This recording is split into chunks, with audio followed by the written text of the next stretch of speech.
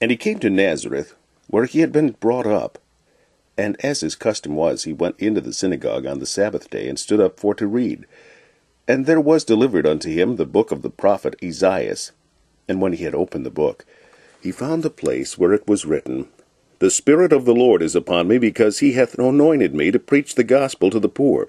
He hath sent me to heal the brokenhearted, to preach deliverance to the captives, and recovering of sight to the blind, to set at liberty them that are bruised, to preach the acceptable year of the Lord. And he closed the book, and he gave it again to the minister, and sat down. And the eyes of all them that were in the synagogue were fastened on him. And he began to say unto them, This day is this scripture fulfilled in your ears.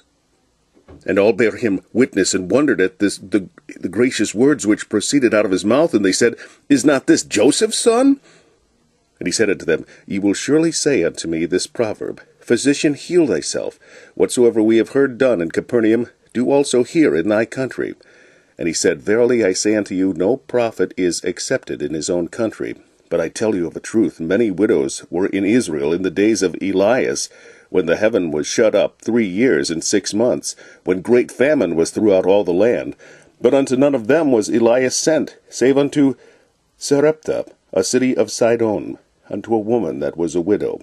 And many lepers were in Israel in the time of Elias the prophet, and none of them was cleansed, saving Naaman the Syrian.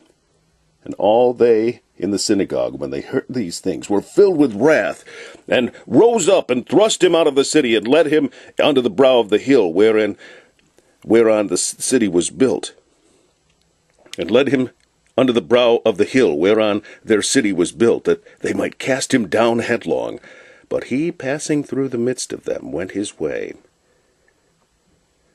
And leaving Nazareth, he came and dwelt in Capernaum, which is upon the sea coast, in the borders of Zebulun and Naphthalim, that it might be fulfilled which was spoken by Esaias the prophet, saying, The land of Zebulun and the land of Naphthalim, by the way of the sea, beyond Jordan, Galilee of the Gentiles. The people which sat in darkness saw great light, and to them which sat in the region and shadow of death light is sprung up. And to them which sat in the region and shadow of death light is sprung up.